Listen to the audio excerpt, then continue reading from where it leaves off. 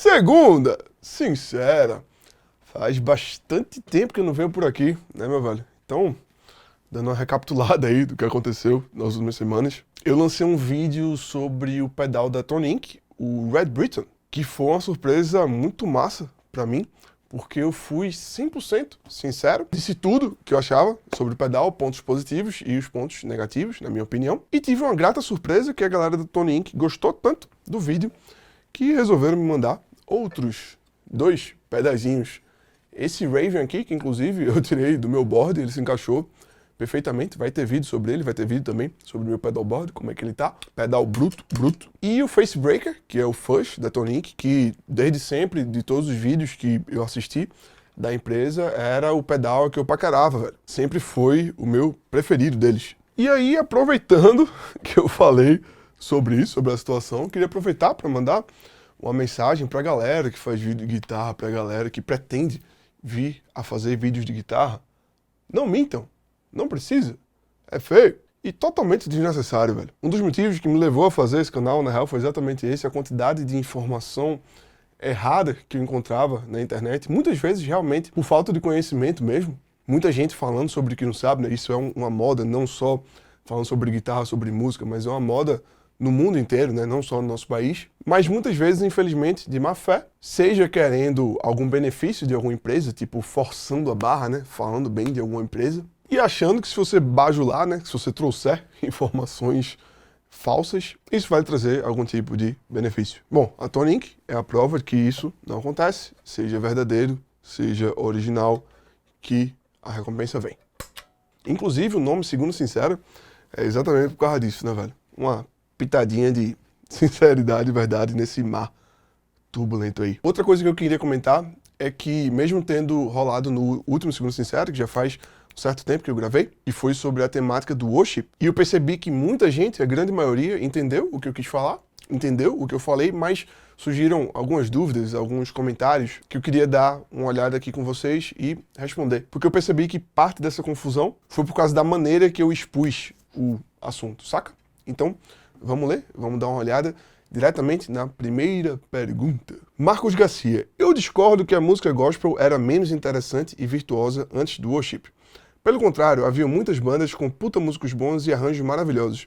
Depois do worship, não se vê mais bandas assim. Então, Marcos, eu não falei em nenhum momento que o worship é mais virtuoso do que a música gospel que era tocada anteriormente nas igrejas, antes do worship invadir. Na real, eu falei o contrário disso, falei que exatamente as reclamações dos músicos diante do worship são exatamente porque as músicas são muito simples, repetitivas, sempre os mesmos acordes e tal. Acho que o problema ali na minha explicação foi porque eu falei que o worship seria mais interessante, eu utilizei essa palavra e depois expliquei o que esse interessante significava, saca? E aí muita gente meio que tomou conta dessa palavra interessante e traduziu da forma que bem entendeu, como por exemplo o Marcos, que entendeu como se esse interessante significasse virtuoso, mas eu falei exatamente o contrário disso. E só para deixar claro, o interessante que eu falei sobre o worship, que é mais interessante para o guitarrista atual tocar worship, tem mais a ver realmente com o tipo de exposição. Worship é uma música muito mais guitarristocêntrica, foi uma palavra utilizada inclusive por alguns worshipeiros, então o guitarrista ele fica muito mais em evidência. Financeiramente é algo que tem dado muito certo, então é vantajoso para o guitarrista tocar worship. E querendo ou não, o worship trouxe uma cultura maior de timbre, de você, tipo, aprender a tirar som, aprender a mexer em efeitos, em pedais, que é uma coisa extremamente interessante para o guitarrista. Então esses são os fatores interessantes do worship. Definitivamente não é pelo fato dele ser mais virtuoso, beleza? Então era isso que eu queria deixar claro, além do Marcos, algumas outras pessoas entenderam esse mesmo viés, como se eu estivesse dizendo que o worship era mais difícil de ser tocado, era mais virtuoso, mas muito pelo contrário. Inclusive lá no final da minha fala, eu falei que a reclamação das pessoas era exatamente o fato de que, como algumas pessoas comentaram também, serem as mesmas 3 notas repetidas, uma atrás da outra, não ser interessante nesse sentido. O grande problema do worship sendo esse, no caso. Beleza? Então, espero que tenha ficado compreendido. Próxima pergunta. Professor Américo Pierangeli. Oi, Lucas, você poderia explicar qual seria a diferença de amplificadores valvulados para os transitorizados em situação de sons cleans?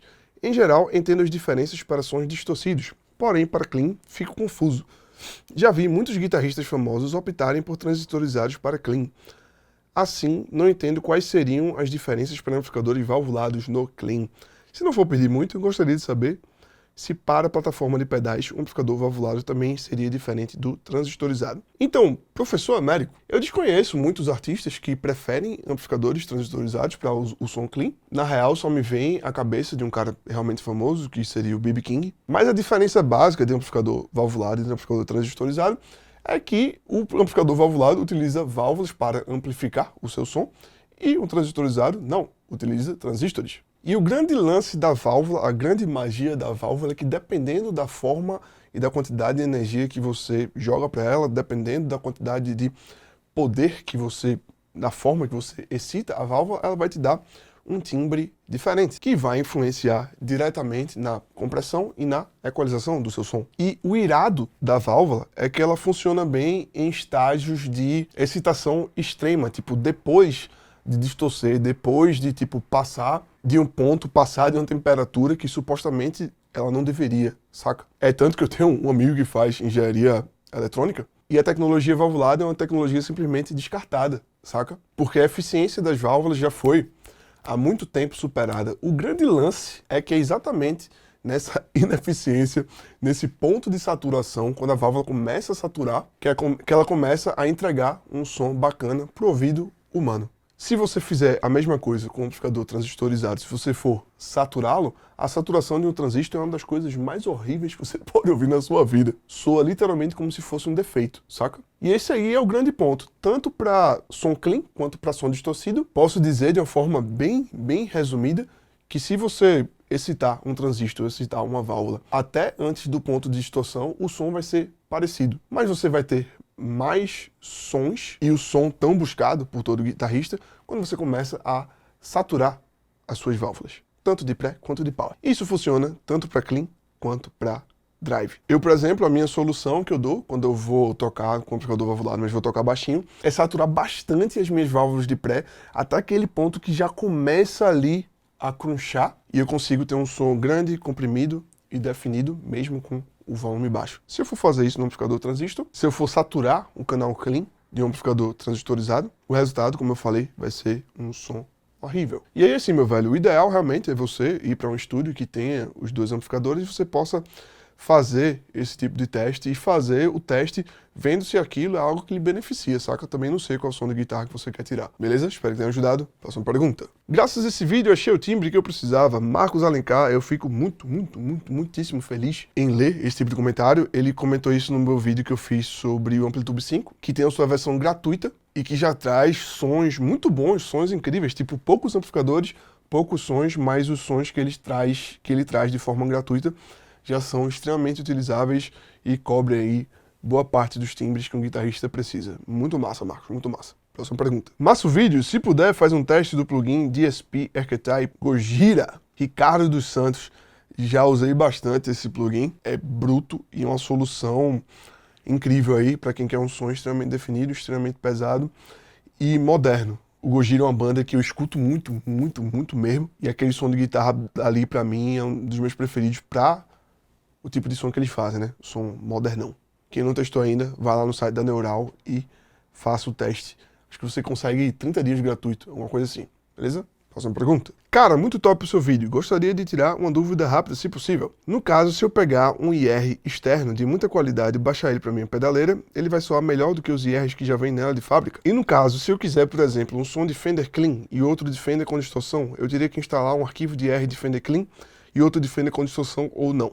Tipo, um único arquivo de IR Fender de qualidade me permite tocar tanto clean quanto drive? Abraço. Então, Daniel, vamos por partes. O que vai acontecer, você colocando impulsos responses tipo externos na sua pedaleira, ao invés de utilizar os próprios que já vem nela, é que você vai ter opções diferentes, não necessariamente com mais qualidade ou com menos qualidade. Mas existe uma possibilidade muito grande que de repente um guitarrista que você conheceu no YouTube, você prefira o som dele, e que ele tenha traduzido isso no Impulse Response, do que os sons que o fabricante da sua pedaleira decidiu que seriam sons legais, saca? É basicamente sobre isso, é basicamente o gosto do fabricante contra o gosto dos Impulse Responses que você tem a rodo aí no mercado, saca? As opções são muito maiores, né? São múltiplas, são todas as pessoas do mundo contra o gosto pessoal de uma fábrica. Então por isso que muitas vezes é interessante você colocar Impulse Responses externos no seu equipamento, não por questão de qualidade, saca? Porque pode ter certeza que se eu consigo fazer um impulso response aqui em Recife, no Nordeste, um impulso response incrível de qualidade, pode ter certeza que os fabricantes de pedaleiros também conseguem. É só uma questão de gosto, beleza? Próximo ponto, impulso response para som limpo e som distorcido. Não precisa, definitivamente não precisa ter um para cada um. E na real, eu optaria por utilizar o mesmo impulso response, porque senão você vai ter uma equalização muito diferente entre um preset e outro. E quando você muda muito a equalização, principalmente quando você está tocando com banda, muda todo o som da banda. Saca? Quando você muda bastante. Aí, a não ser que você esteja num ambiente extremamente controlado e apropriado para isso e a banda meio que mude junto com você, saca? Eu, na real, preferiria ter apenas o impulso response. Lembrando que você tem que saber o que é impulso response, tá? Impulso response é nada mais do que o gabinete. Não passa pelo fato de ser clean ou distorcido, tá? É apenas o som dos falantes e dos microfones. Talvez com um pouco de influência do power. Mas é isso. Eu, se fosse você, escolheria apenas o impulso response para, por exemplo, uma apresentação inteira, saca? Eu, Lucas. Próxima pergunta. Muito bom vídeo, Lucas. Poderia indicar uma chave liga e desliga de 2 posições para fazer o scratch do Tom Morello? Então, Gabriel Costa, eu tenho essa chavezinha em boa parte das minhas guitarras, menos na Les Paul e na semiacústica, que tem os controles de volume separados, né? Os controles de cada captador, de volume de cada captador separadamente. Então, eu abaixo um volume de um captador e troco a chavinha e tem o mesmo efeito. Mas a chave que eu instalei nas minhas guitarras foi a mais safada possível. Foi um interruptor de tomada desses, tipo de R$1, 50 centavos, que você compra em qualquer loja de armazém, de construção, loja de eletrônica, armazém coral, sei lá. E se eu não me engano, a conexão é feita diretamente no pote de volume, então é basicamente um liga-desliga do pote de volume que eu tenho nas minhas guitarras e funciona, ó, perfeitamente bem. Próxima pergunta. Teria alguma dica de equipamento para gravar a banda nos ensaios? Paulo. Sim, teria. Mas aí depende qual tipo de gravação que você quer fazer. Primeiro equipamento e o mais barato de todos seria um celular. Existem vários aparelhos aí que você consegue colocar para gravar. Sons altos, eles não distorcem. Esse aqui, por exemplo, é um Galaxy S10 Plus. Eu posso falar pela linha da Samsung, os Galaxy S. Eu acredito que a partir do S6, S7 ali, você já pode gravar, tipo um PA gigante ao vivo, gravar a sua banda e já fica com qualidade bacana. Você consegue já ter um material para você postar nas redes sociais.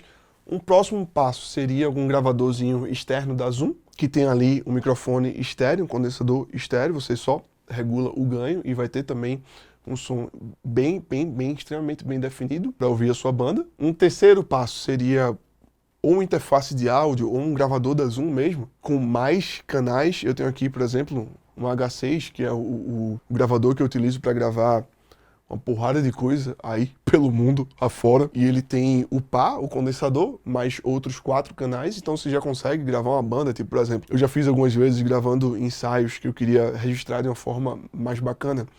O LR eu botei na bateria, botei o microfone no bumbo, o microfone na guitarra, baixo e voz, então ele tem 4 canais, mais os 2 de condensador. E um próximo e quarto passo seria tipo uma interface de áudio um pouco maior, como por exemplo essa aqui, 1608, que aí você grava a banda completa microfonando separadamente cada instrumento. Beleza? Se tiver mais alguma dúvida sobre o assunto, é só especificar. Mas aí, em breve vai começar a sair alguns vlogs de algumas gravações que eu fiz, tipo a gravação da minha banda, da Hell Rastro, algumas gravações que eu fiz de programas que eu produzo na internet, que venham gravando bandas completas, dentre outras coisas. Beleza. Esse foi mais um Segunda Sincera. Espero que vocês tenham curtido. Se você não é inscrito ainda no canal, não esqueça de se inscrever, deixar o seu like. Se quiser fortalecer mais ainda, torne-se membro a partir de R$5. Você já consegue ajudar e manter a frequência de vídeos aqui maior, cada vez maior. Beleza? Foi isso. Qualquer dúvida, deixa aí embaixo. Quem sabe você não aparece no próximo Segunda Sincera. Beleza? Valeu, até mais. Falou!